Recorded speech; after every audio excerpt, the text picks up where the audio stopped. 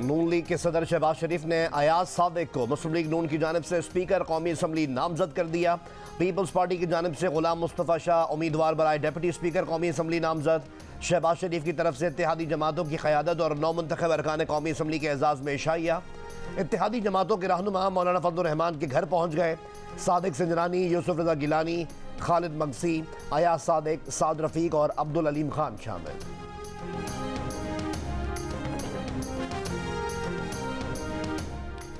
बिलावल भुट्टो जरदारी ने कहा है, इस वक्त पाकिस्तान और इसके अवाम मुश्किल में हैं। हम सब कोशिश करेंगे कि अवाम को मसाइल से निकाला जाए, पाकिस्तान को बहरान से निकाला जाए। चार्टर ऑफ इकॉनमी के साथ चार्टर ऑफ नेशनल रिकन्सिलिएशन पर भी काम मिलकर करेंगे। इलेक्टोरल रिफॉर्म्स और जुडिशल रिफॉर्म्स की जाएं।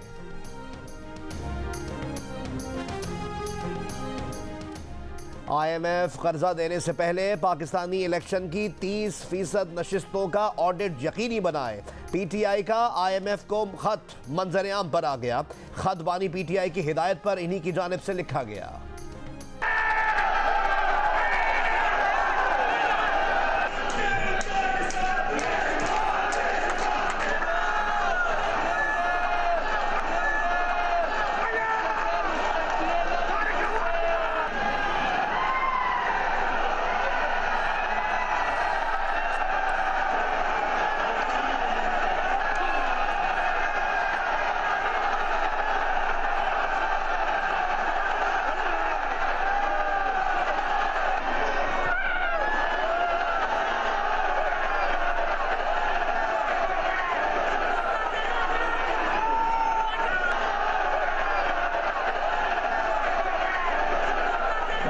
के दिल से हल्फ उठाता हूं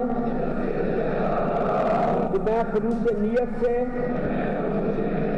पाकिस्तान का हामी और वफादार रहूंगा। खैबर पख्तूनख्वा असेंबली में धक्म पेल, तल कलामी और बदनज़मी, लोटे और जूते चल गए, हंगामा आराई, शोर शराबा और नारे। पासिस के बगैर गैलरी में घुसने के लिए धींगा मुश्ती, गुंजाइश से ज्यादा अफराद गैलरी में भर गए। नून लीग की रुकन सोबिया शाहिद ऐवान में मौजूद लोगों को घड़ी और लोटा उठाकर दिखाती रहीं। इस दौरान हॉल के अंदर से सोबिया शाहिद पर लोटा, खाली बोतल और जूते फेंके गए। स्पीकर मुश्ताक गनी सबको खामोश रहने की तलकीन करते रहे। इजलास में 9 मुंतखब अरकान ने हल्फ उठाया। स्पीकर और डिप्टी स्पीकर KP असम्बली का इंतखाब कल होगा। बानी PTI ने स्पीकर के लिए बाबर सलीम और डिप्टी स्पीकर के लिए सुरैया बीबी को नामजद कर दिया। इससे पहले स्पीकर के लिए असद कैसर के भाई आकिबुल्ला को नामजद किया गया था। उनकी नामजदगी पर पार्टी में तहफ़्फ़ुज़ात सामने आए थे।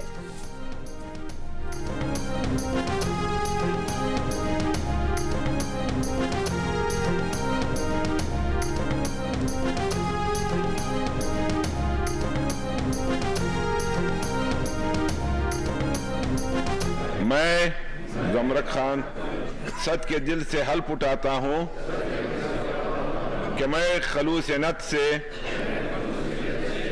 पाकिस्तान का हामी व वफादार रहूंगा। बलूचिस्तान असम्बली के 9 मुंतखब अरकान ने हल्फ उठा लिया। जाम कमाल खान, सादिक संजरानी, सरदार अख्तर मैंगल, सरफराज बुगटी हल्फ बर्दारी के इस असम्बली में नहीं पहुंचे। बलूचिस्तान असम्बली की स्पीकर और डिप्टी स्पीकर का इंतखाब कल होगा। लाहौर की ASP सैयदा शहरबानो नकवी की army chief general Asim Munir से मुलाकात। आर्मी चीफ ने गैर यकीनी सूरत हाल पर काबू पाने पर ASP शहरबानो की तारीफ की।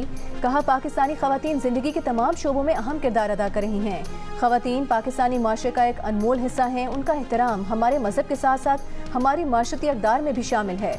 तहफ़्फ़ुज़ात और शिकायत के हल के लिए कानूनी रास्ते मुयस्सर होते हुए कानून को हाथ में ना लिया जाए। बिद्दत की बुनियाद पर मनमानी कार्रवाइयाँ माशरे के नुक्ता नज़र को कमज़ोर करती हैं। बहादुर ऑफिसर शहरबानो नकवी ने 26 फरवरी को लाहौर के इचरा बाजार में एक खातून को मुश्तइल हुजूम से बचाया था। प्रेशर उनका सिर्फ एक है, वो ये कि जाहिर है दोनों पार्टियां आपस में मिली हैं, उनके नंबर पूरे हो गए और उनको उन्होंने सदर पाकिस्तान का ओहदा दे दिया है, चेयरमैन सेनेट दे दिया है, 2 गवर्नर्स दे दिए हैं। लेकिन उसके बावजूद PTI उनको ये पीपल्स पार्टी उनको ये प्रेशर कर रही है कि जो सिंध की गवर्नरशिप है वो उनको ना हो, और अगर वो भी तो वो नाम हो जो वो में डाल रहे हैं। और एक नाम उन्होंने खालिद भाई को दिया भी है। खालिद भाई चाहे बता दें। गवर्नर सिंध कामरान टिसूरी की ऑडियो वायरल हो गई। तर्जमान गवर्नर सिंध ने ऑडियो की तस्दीक कर दी। कहा ऑडियो में कुछ चीज़ों को एडिट करके उसे सियाक़ व सबाक़ से हट कर पेश किया गया। ऑडियो में गवर्नर सिंध कहते सुनाई दे रहे हैं कि पीडीएम का साथ देने पर वोटर एमक्यूएम से नाराज हुआ। पहले 7 सीटें मिली थीं, आज हमें वोट नहीं मिला। हुकूमत में शामिल होने के बदले एक वजारत दी जा रही है, वो गवर्नर सिंध भी अपना ला रहे हैं। कुछ मिले भी नहीं और हुकूमत में गए तो हश्र और बुरा होने वाला है। पीपल्स पार्टी दबाव डाल रही है कि गवर्नर सिंध एमक्यूएम का न हो।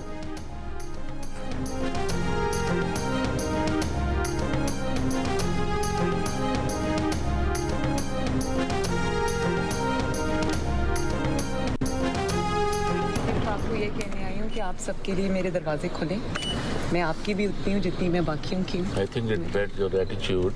आप क्या करते हैं, सबसे पहले ये बात है, इट इज़ बेटर कि you should have shown some place. हम आ जाते तो हमारी बात सुनते। मैं तो आपको बुलाने के लिए नहीं, मगर the way we were locked up there, we were just hostages. मैंने आपके लिए पीछे लोगों को भेजा और मैंने पूरी कोशिश की कि आप आएँ, इस अमल का हिस्सा बने। मुझे खुशी होगी, आपके साथ मिलते रहेंगे, मुलाकात होगी।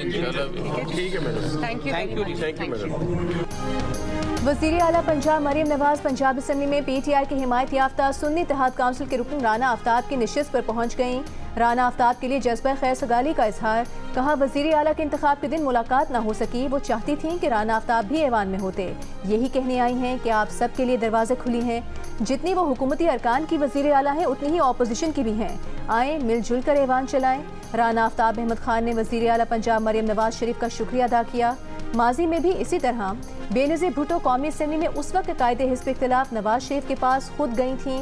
नवाज शरीफ के लिए नेक ख्वाहिशात का इजहार किया था।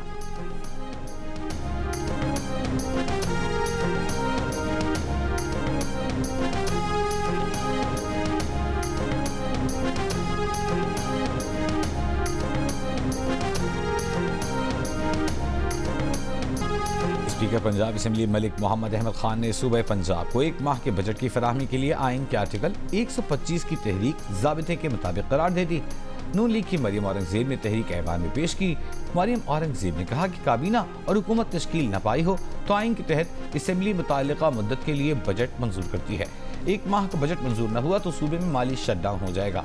इजलास से काबिल गुफ्तगू करते हुए वज़ीर आला मरियम नवाज का कहना था कि वो खिदमत करके सारे मुखालिफिन को गलत साबित करेंगी।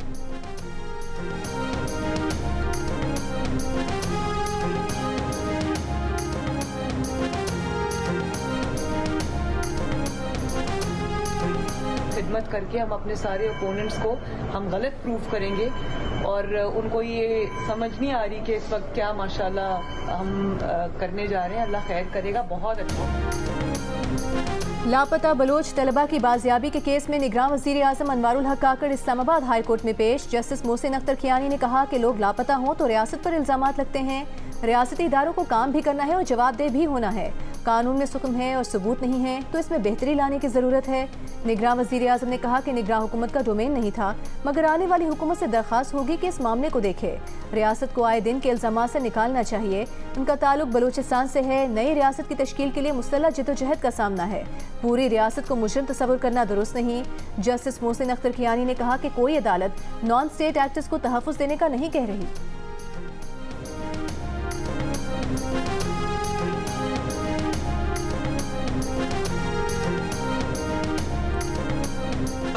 सर, आपने जबरी गुमशुदगी का दिफा किया है भरपूर अंदाज में अदालत में। मतीउल्लाह जान, मैंने जबरी गुमशुदगी का दिफा बिल्कुल नहीं किया। मैंने जबरी गुमशुदगी के नाम पे जो रियासत पे इल्ज़ामात लग रहे हैं उनका दिफा किया। जबरी गुमशुदगी का दिफा नहीं किया, जबरी गुमशुदगी के नाम पर लगे इल्ज़ामात के खिलाफ रियासत का दिफा किया। निगरान वज़ीर आज़म अनवारुल हक काकड़ की इस्लामाबाद हाई कोर्ट से वापसी पर मीडिया से गुफ्तगू।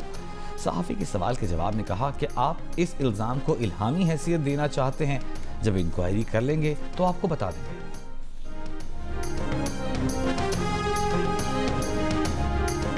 सुप्रीम कोर्ट ने जुल्फ़िकार अली भुट्टो रेफरेंस केस की समाअत। एतजाज़ एसए ने दलाइल देते हुए कहा कि मार्शल लॉ दौर में भुट्टो की सजा में इदारा जाती तासुब था। जस्टिस याहिया आफरीदी ने कहा कि आप पूरे इदारे को मोर्द इल्ज़ाम नहीं ठहरा सकते।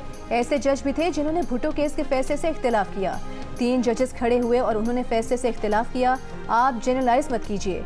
पीर तक भुट्टो रेफरेंस की समाअत मुलतवी। चीफ जस्टिस ने कहा कि तवक्को है पीर को इस सदारती रेफरेंस पर समाअत मुकम्मल कर लेंगे।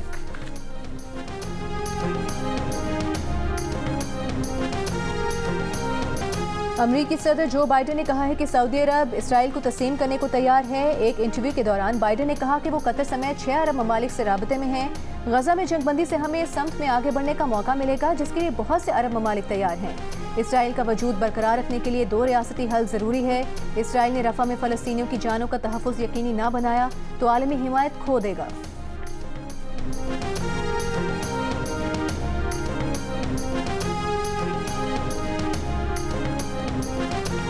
HPL PSL में कराची किंग्स ने इस्लामाबाद यूनाइटेड को जीत के लिए 166 रन का हदफ दे दिया। जवाब में इस्लामाबाद यूनाइटेड ने 3.2 ओवर्स में 34 रन बना लिए। Kieron Pollard 48, Irfan Khan 27 run बनाकर नॉट आउट रहे।